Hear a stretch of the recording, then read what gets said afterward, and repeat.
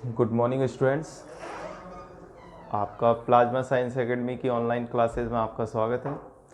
देखिएगा बच्चों, आज हमारा बीएससी फर्स्ट ईयर में आंशिक अवकलन क्या पढ़ रहे हैं हम आज। आंशिक अवकलन मैं आपको पहले ही बता चुका हूँ क्या चीज़, कि जो हमारे यूनिट हैं वो यूनिटों में किस तरह डिस्ट्रीब्यूट है। आपके दो किताबें हैं इस पेपर में, ठीक है बच्चों। ये आपका पेपर नंबर सेकंड है। इस पेपर नंबर सेकंड में आपके दो बुक हैं। पहली है अवकलन गणित है और दूसरी है समाकलन। पहली क्या है आपकी अवकलन और दूसरी क्या है बच्चों, समाकलन गणित है,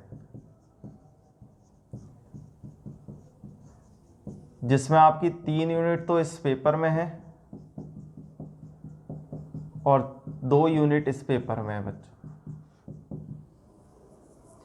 देखिएगा, हमारा सिलेबस आपके बुक में आगे दिया होता है, तो आप उसमें से देख के भी देख सकते हैं, जिसमें हम बच्चों यूनिट सेकंड आपकी यहाँ पर स्टार्ट कर रहे हैं बच्चों। क्या है आपकी अवकलन गणित में यूनिट नंबर सेकंड है ये आंशिक अवकलन। कौन सी है बच्चों, आपकी यूनिट सेकंड है, ये पेपर सेकंड है आपका, ये पेपर सेकंड, जिसमें आपकी ये यूनिट है बच्चों, यूनिट सेकंड है। देखिए टॉपिक का नाम क्या है आपका, चैप्टर नंबर 5 है ये बच्चों, आंशिक अवकलन। क्या है, आंशिक अवकलन। देखिए इसमें बच्चों हम क्या पढ़ेंगे आंशिक अवकलन में, आप पढ़ के भी आए हैं। अवकलन में हम 2 चीज़ें पढ़ते हैं बच्चों, चर और अचर। क्या पढ़ते हैं हम, चर और अचर। इसको बोलते हैं इंग्लिश में वेरिएबल और इसको इंग्लिश में बोलते हैं बच्चों कांस्टेंट। देखिए चर और अचर क्या चीज़ है बच्चों। चर आप पढ़ते हैं, जैसे हमें लिख दिया X Y Z A B C D, कुछ भी आपको जो लिखा हुआ है वो सब क्या चीज़ है बच्चों, अचर हैं। कांस्टेंट क्या चीज़ हो गई बच्चों, जैसे हमारे पास 2 3 4 5 यानी जो संख्याएं लिखी हुई हैं वो क्या है हो गई आपकी, कांस्टेंट हो गई। यानी हमारे पास चर क्या हो गए, आपके पास चर ये हो गए एक्स वाई जेड, आपके क्या हो गए, चर हो गए बच्चों। और कांस्टेंट वैल्यूज़ क्या हो गई, 2 3 4 5, ये आपकी क्या हो गई बच्चों, कांस्टेंट वैल्यूज़ हो गई। तो हम ये चीज़ें समझते हैं चर और अचर क्या चीज़ होती हैं।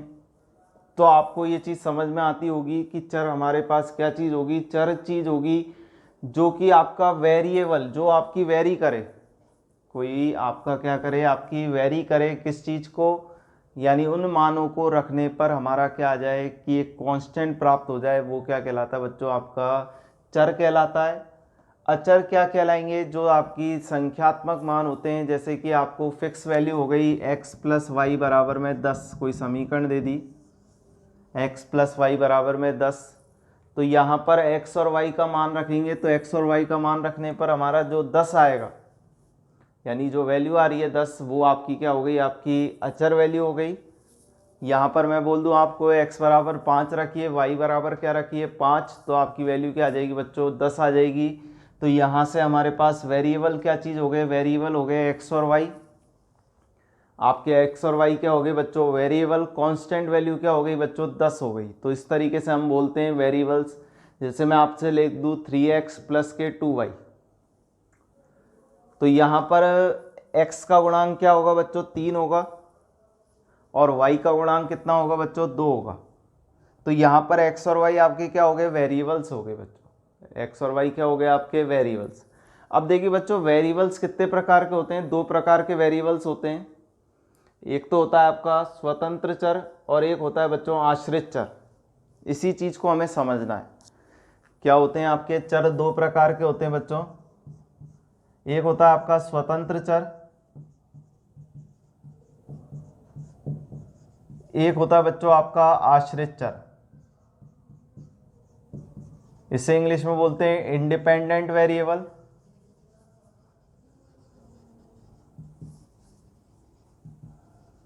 और इसे इंग्लिश में बोलते हैं बच्चों डिपेंडेंट वेरिएबल।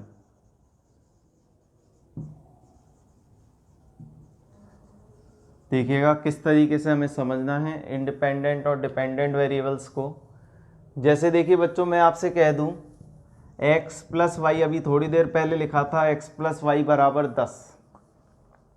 तो बच्चों आपको ये चीज़ समझ में आ रही है, x और y यहाँ पर चर हैं, x और y क्या है यहाँ पर चर हैं, और 10 क्या है आपका अचर वैल्यू है। लेकिन हमें बताना है कि कौन सा आपका स्वतंत्र चर है और कौन सा आपका आश्रित चर है बच्चों। जैसे मैं कह दूं आपसे कि आपको x बराबर 5 दिया हुआ है बच्चों, क्या दिया हुआ है, x बराबर आप 5 रखते हैं, तो x बराबर 5 रखने पर y की वैल्यू कितनी आएगी बच्चों, 10 माइनस 5 यानी 5 आएगी। यानी आपको x गिवन है, यानी x क्या हो गया आपका स्वतंत्र है, x क्या हो गया स्वतंत्र है। आपने x को कुछ भी मान सकते हैं, जब सपोज कीजिए मैंने 5 माना है, यहाँ पर 2 ले लूँ x का मान, तो 2 लेने पर y का मान कितना आएगा बच्चों, 10 माइनस 2 बराबर 8 आएगा।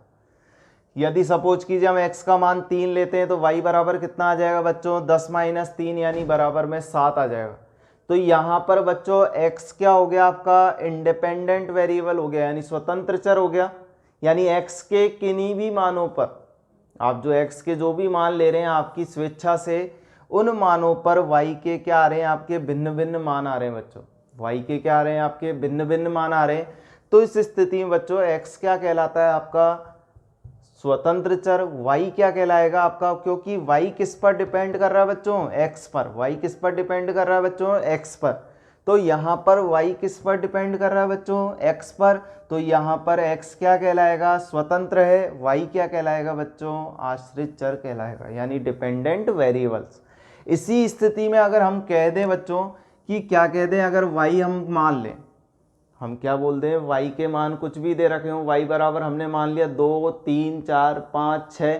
तो इस स्थिति में y का मान अगर मैं 2 लेता हूं, तो x का मान बच्चों कितना आएगा, 8 आएगा। x का मान कितना आएगा, 8। अगर मैं 3 लेता हूं तो x का मान कितना आएगा बच्चों, 7 आएगा। तो यहाँ पर हमें देखने से क्या पता चल रहा है बच्चों कि y के भिन्न भिन्न मान लेने पर, यानी y क्या हो गया बच्चों, स्वतंत्र हो गया। स्वतंत्र का मतलब आप उसके खुला छोड़ दिया, यानी आपकी इच्छा से आप कुछ भी मान रख रहे हैं, उस पर डिपेंड कौन कर रहा है बच्चों, x डिपेंड कर रहा है। तो इसलिए यहाँ पर x क्या कहलाएगा बच्चों, डिपेंडेंट वेरिएबल्स, और y क्या कहलाएगा बच्चों, इंडिपेंडेंट वेरिएबल, यानी स्वतंत्र चर कहलाएगा बच्चों। तो चरों की अपन को समझना है, चर दो प्रकार के होते हैं बच्चों, स्वतंत्र चर और आश्रित चर। हम अवकलन में यही करते हैं बच्चों, आपको कहता है कि y बराबर एफ ऑफ एक्स का आपका क्या है, फलन है। उस फलन की स्थिति में, यानी यहाँ पर एफ ऑफ एक्स, यानी एफ फंक्शन क्या होता है, एक्स और वाई का फलन होता है। कोई फंक्शन हमारा क्या होता है बच्चों, एक्स और वाई का फलन होता है। उस स्थिति में हम जब अवकलन करते हैं एक्स के सापेक्ष, कहते हैं कि एक्स के सापेक्ष अवकलन कीजिए, तो एक्स के सापेक्ष अवकलन करने का मतलब क्या हो गया बच्चों, एक्स का तो हम करते हैं 1 हो जाता है, क्योंकि एक्स को हम क्या मानते हैं बच्चों, अचर मानते हैं।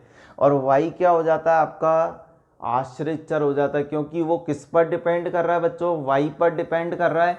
तो इस स्थिति में हम वहाँ पर अवकलन में वाई का क्या करते हैं बच्चों, d y over d x करते हैं।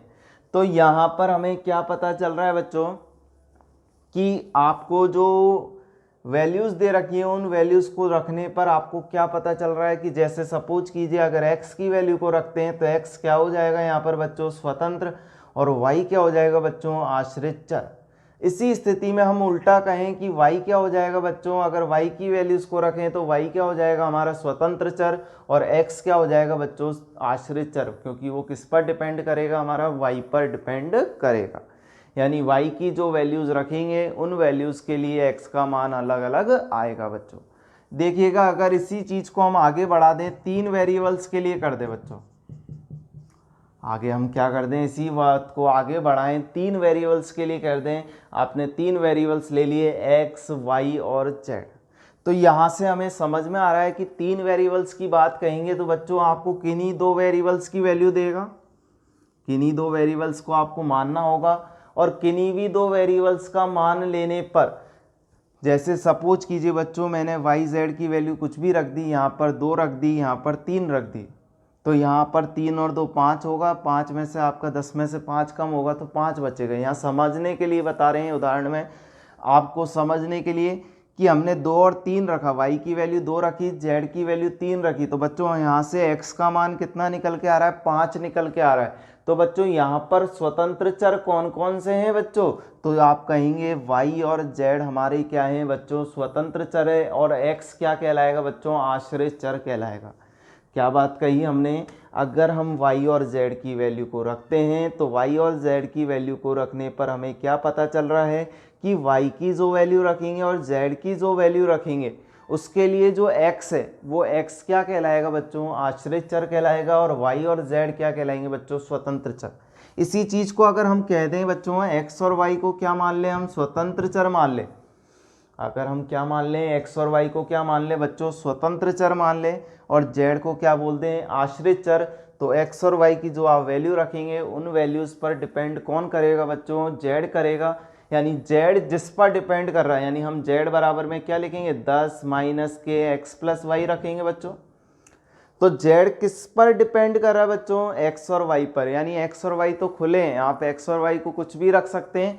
उस स्थिति में z की वैल्यू क्या आएगी बच्चों, जो भी वैल्यू आएगी वो z किस पर डिपेंड कर रहा है, x और y पर, इसलिए z को हम क्या बोलेंगे बच्चों, डिपेंडेंट वेरिएबल, और x और y को क्या बोलेंगे बच्चों, इंडिपेंडेंट वेरिएबल यानी स्वतंत्र चर।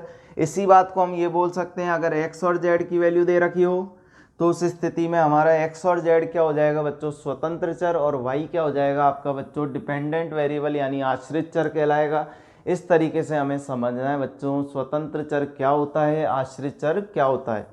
क्या होता है बच्चों, स्वतंत्र चर वह होगा जिन पर x के मानों पर, यानी आप जो मान रख रहे हैं उन मानों पर आपकी जो वैल्यू है, यानी आप इसके लिए बोलेंगे तो इसके लिए दो वेरिएबल्स के लिए क्या बोलेंगे, x के भिन्न भिन्न मानों के लिए y के भिन्न भिन्न मान आ रहे हैं आपको, यानी x किस पर डिपेंड कर रहा है, यानी y किस पर डिपेंड कर रहा है, x पर, और अगर x के लिए बोलेंगे तो x किस पर डिपेंड कर रहा है, y पर। इस तरीके से हम बोलते हैं। 3 वेरिएबल्स के लिए बोलेंगे तो 3 वेरिएबल्स के लिए हम क्या बोल सकते हैं कि z, हम बोल देंगे z फंक्शन किसका हो गया, f ऑफ एक्स वाई का। इसके लिए क्या बोलते हैं, y बराबर f ऑफ एक्स, y बराबर f ऑफ एक्स। तो z किस पर डिपेंड हो गया बच्चों, x और y पर, y किस पर डिपेंड हो गया बच्चों, x पर। तो इस तरीके से हमें समझना है कि वेरिएबल्स क्या होते हैं, वेरिएबल्स होते हैं आपके जो वेरी करते हैं किसी चीज़ को, यानी जिन पर वेरी का मतलब हो गया, वेरी का मतलब आप x प्लस वाई बराबर 10 है, तो इन मानों को रखने पर उस इक्वेशन को क्या करें, संतुष्ट करें, तो वह क्या कहलाते हैं, आपके इक्वेशंस के चर कहलाते हैं। तो यहाँ पर x और y आपके क्या कहलाएंगे, चर कहलाएंगे। 10 क्या कहलाएगा आपका, स्वतंत्र चर, ठीक है x कांस्टेंट कहलाता है, वो सॉरी आपका क्या कहलाता है, 10 क्या कहलाएगा आपका कांस्टेंट यानी आपका चर। और वेरिएबल्स में आपको 2 प्रकार के वेरिएबल्स होते हैं, स्वतंत्र और आश्रित चर। देखिए बच्चों हम आगे बढ़ते हैं, नेक्स्ट चीज हम क्या सीखेंगे, जैसे कि हमें क्या कह दिया, देखिएगा समझिएगा आगे की, आपसे कह दे बच्चों, हमसे कोई कह दे आपको फलन y बराबर f ऑफ x है, क्या है बच्चों, y बराबर f ऑफ x। तो देखिए बच्चों हम अवकलन में क्या करते थे, हम अवकलन में आप कहते थे dy ओवर dx बोलते थे, क्या बोलते थे आप, dy ओवर dx। हम जब भी इक्वेशंस करते थे, जैसे कि हमें देता था y बराबर में x का आपको अवकलन करना है, तो आप अवकलन करने के लिए क्या करते थे, dy ओवर dx बराबर में 1, यानी हम x के सापेक्ष अवकलन करते थे, और x के सापेक्ष अवकलन करने के लिए हम dy का x के रेस्पेक्ट में अवकलन, और x क्या हो जाता था बच्चों, एक अचर, और अचर का अवकलन क्या हो जाएगा, 1 हो जाएगा। तो देखिए x के सापेक्ष कर रहे हैं तो x का क्या हो गया, 1 हो गया, ठीक है बच्चों। अचर का तो हमारा अवकलन क्या होता है बच्चों, 0 होता है, ये हमें पता होना चाहिए। y का हमने क्या कर दिया, dy ओवर dx, x का कितना हो जाएगा बच्चों, 1 हो जाएगा। अब देखिए हमें क्या चीज़ समझनी है, यहाँ पर y बराबर f ऑफ x का कोई फंक्शन है, y बराबर क्या है बच्चों, f ऑफ x का फंक्शन है। तो यहाँ आपको ध्यान रखना है बच्चों, क्या ध्यान रखना है, अगर कोई फलन किसी एक चर पर क्या करे, डिपेंड करे, कोई फलन अगर आपका किसी एक चर पर डिपेंड करता है, यानी एक चर क्या हो गया, x पर, यानी आपका y किस पर डिपेंड कर रहा है, x पर डिपेंड कर रहा है, y किस पर डिपेंड कर रहा है, x पर। तो इस स्थिति में बच्चों हम कौन सा अवकलन काम में लेते हैं, साधारण अवकलन काम में लेते हैं। कौन सा अवकलन काम में लेते हैं, साधारण अवकलन, इसे बोलते हैं हम साधारण अवकलन, जो हम 12th में पढ़ के आते हैं बच्चों। अगर कोई फलन, क्या बोल रहे हैं, अगर कोई फलन किसी एक वेरिएबल पर डिपेंड करता है बच्चों, तो हम उस जगह कौन सा वेरिएबल, उस जगह कौन सा अवकलन काम में लेते हैं, साधारण अवकलन। अगर इसी बात को मैं क्या बोल दूं, z बराबर में एफ ऑफ एक्स वाई का कोई फंक्शन है, तो उस स्थिति में बच्चों यहाँ पर जो z है वो z किन पर डिपेंड कर रहा है, किन्हीं दो वेरिएबल्स पर डिपेंड कर रहा है कि नहीं कर रहा। मैंने अभी थोड़ी देर पहले बताया था जो z है वो फंक्शन किसका हो गया, x और y का। तो इस स्थिति में z कितने वेरिएबल्स पर डिपेंड कर रहा है बच्चों, दो वेरिएबल्स पर डिपेंड कर रहा है। तो इस स्थिति में बच्चों हम जो अवकलन काम में लेते हैं वो कौन सा अवकलन काम में लेते हैं, आंशिक अवकलन। कौन सा काम में लेते हैं बच्चों, आंशिक अवकलन। यही हमारा टॉपिक का नाम है, इसी पे हमें पहुंचना था। हमें ध्यान रखना है बच्चों आगे के लिए भी आपको कि अगर हमारा कोई फंक्शन दे रखा है, फंक्शन अगर एक वेरिएबल पर डिपेंड करता है, एक वेरिएबल पर डिपेंड करता है, तो उस स्थिति में बच्चों हमें कौन सा अवकलन काम में लेना है बच्चों, साधारण अवकलन।